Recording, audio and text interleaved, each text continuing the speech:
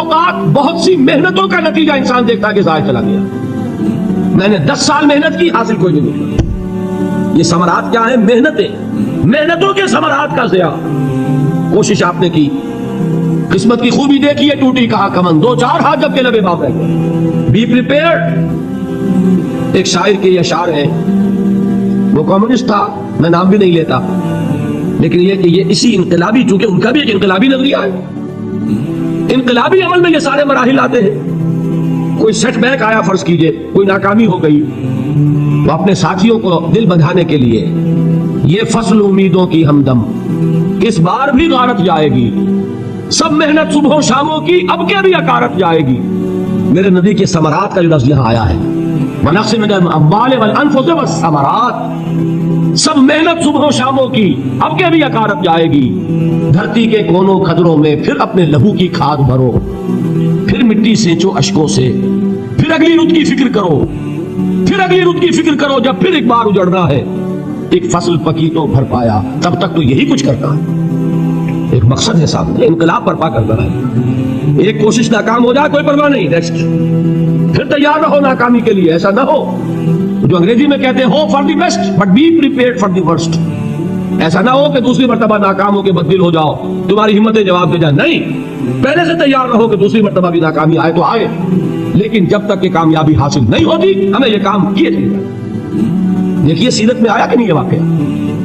بدر میں مسلمانوں کو فتح ہوئی تو احد میں زک پہنچی کہ نہیں؟ 70 صحابہ شہید ہوئے کہ نہیں؟ اگر ان کی ہمتیں جواب دے جاتی تو گاڑی کیسے چلتی آگے؟ تو فرمایا وَلَنَبْلُوَنَّكُمْ بِشَيْءٍ مِّنَ الْخَوْفِ وَالْجُوعِ وَنَقْصٍ مِّنَ الْأَمْوَالِ وَالْأَنفُسِ وَالثَّمَرَاتِ. ہم تمہیں لازماً آزمائیں گے خوف کی کیفیت سے, فقر و فاقے کی کیفیت سے, بھوک سے, جان کے نقصان سے, مال کے نقصان سے, محنتوں کے حاصل کے ضائع ہو جانے سے. وَبَشِّرِ الصَّابِرِينَ, اور اے نبی بشارت دیجئے صبر کرنے والوں. الَّذِينَ إِذَا أَصَابَتْهُمْ مُصِيبَةٌ, وہ کہ جب ان پر کوئی تکلیف آئے, کوئی مصیبت آئے, کوئی آزمائش آئے, قالوا انا للہ وانا الیہ راجعون, وہ یہ کہے کہ ہم اللہ ہی کے ہیں, اللہ ہی کی طرف لوٹ جانا ہے. یہ وہی انداز ہے جو میں نے فارسی کا شعر سنایا تھا آپ کو کہ سر تسلیم خم ہے جو مزاج یار میں آئے. وہ ہمارا مولا ہے, ہمارا آقا ہے, اگر اسے یہی منظور ہے تو ہمیں بھی یہی منظور ہے. میں نے تسلیم و رضا کی بات کی تھی نا, آپ کو کچھ شعر سنائے تھے. ایک شعر اور سنیے, اور یہ کس کا ہے؟ محمد علی جوہر کا. ایک مرتبہ جیل گئے, ان کی ایک بیٹی جوان بیمار ہوئی, فوت ہو گئی. باہر چھوڑا انگریز نے, جاؤ بھائی دفن کر دو بیٹی کو. دوسری مرتبہ جیل گئے, دوسری جوان بیٹی اسی مرض میں مبتلا ہوئی. اب یہ جیل میں ہے, خبر پہنچی کہ دوسری بیٹی کے اوپر بھی اسی مرض کا حملہ ہوا ہے.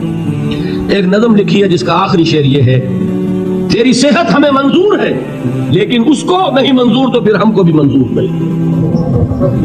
یہ ہے, جب تک یہ کیفیت نہ ہو اس میدان میں آدمی ثابت قدم نہیں رہ سکتا کہ میرے رب کو اگر یہ منظور ہے تو یہی مجھے منظور, اور تیری صحت ہمیں چاہیے تو ضرور, لیکن ہمارے رب کو منظور نہیں تو ہمیں بھی منظور. راضی برضائے رب. وبشر الصابرین الذین اذا اصابتهم مصیبۃ قالوا انا للہ وانا الیہ راجعون.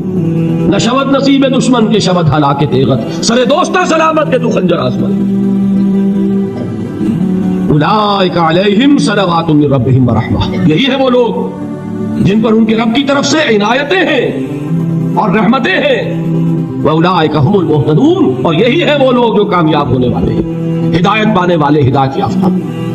اسی سورہ بقرہ میں ذرا آگے چل کر, یہ تو ہے 20واں رکوع, 19واں رکوع, 21ویں رکوع کی پہلی آیت ہے, لیس البر ان تولوا وجوہکم قبل المشرق والمغرب ولكن البر من آمن بالله واليوم الآخر والملائكة والكتاب والنبيين وآتى المال على حبه ذوي القربى واليتامى والمساكين وابن السبيل والسائلين وفي الرقاب وأقام الصلاة وآتى الزكاة والموفون بعهدهم إذا عاهدوا والصابرين في البأساء والضراء وحين البأس.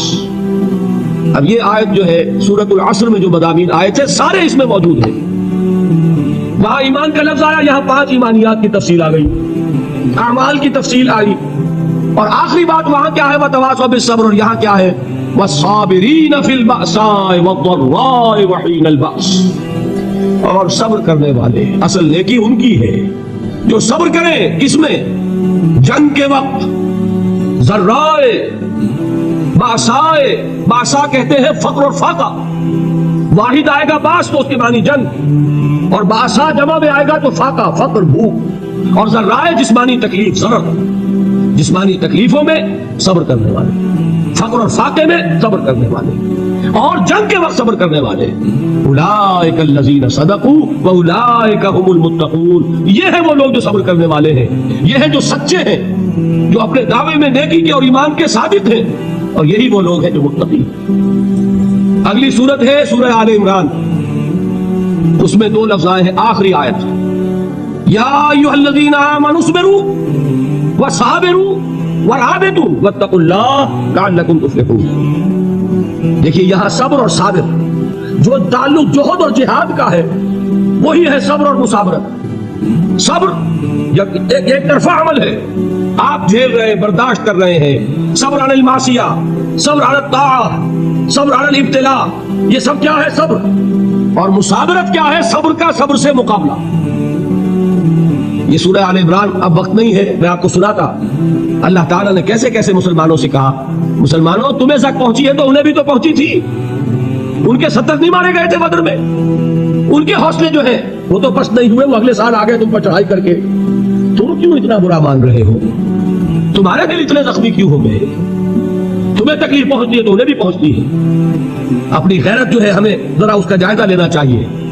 لوگ باطل نظریات کے لیے کتنی قربانیاں دے رہے ہیں، لوگ باطل چیزوں کے فروغ کے لیے کتنی محنتیں کر رہے ہیں، جیسا کہ میں نے ابھی کہا تھا، اسی غیرت کو چیلنج کرنے کے لیے، ذرا آپ کی حمیت دینی کو جوش دلانے کے لیے۔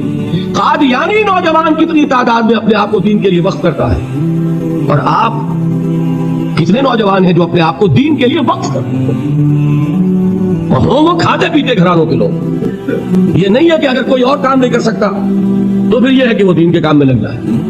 باصلاحیت لوگ، کھاتے پیتے لوگ، ذہنی استعداد رکھنے والے لوگ، اونچے گھرانوں کے لوگ، وہ وقف کریں اپنے آپ کو دین کے لیے۔ اس کے بغیر کیسے باہر آ جائے گی، کیسے رونق آ جائے گی؟ تو دنیا میں باطل نظریات والے جو ہیں، یہ بات کہی گئی ہے، مسلمانوں تم اگر توحید کے لیے لڑ رہے ہو، دیکھتے رہے ابو جہل کو، اس نے گردن کٹوائی ہے شرک کے لیے، شرک کے لیے گردن کٹوائے، اور تم توحید کے لیے گردن کٹوانے کو تیار ہو۔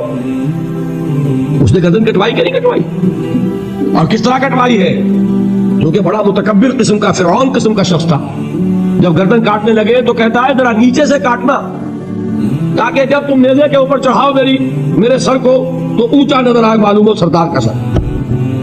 وہ بدبخت مرتے ہوئے بھی جو اس کی کیفیت تھی نا، اس کو ذہن میں رکھی۔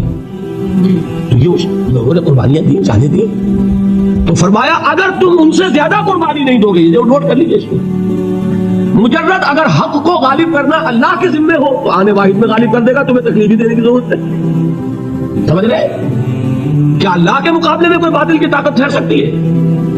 یہ تمہارے ایمان کا امتحان ہے، یہ تمہارے خلوص کی آزمائش ہے، یہ تمہارے امتحان کا ثبوت درکار ہے کہ اللہ تعالیٰ دیکھنا چاہتا ہے تم اس کے لیے اپنی جانیں قربان کرنے کو تیار ہو کہ نہیں، تم اس کے لیے تن من دھن لگانے کو تیار ہو کہ نہیں۔ اور یہ جان لو کہ اگر کفار اور مشرکین اور ملحدین اور باطل نظریات والے وہ جو کچھ قربانیاں اپنے باطل نظریات کے لیے دے رہے ہیں، ان سے زیادہ اگر تم نہیں دو گے تو حق غالب نہیں ہوگا۔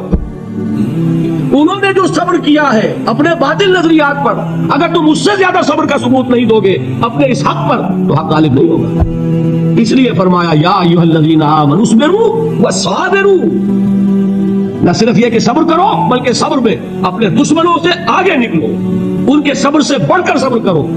ورابطوا، مرابطہ کہتے ہیں چوکس رہنا، ہوشیار، پہرا دو، ایسا نہ ہو کہ دشمن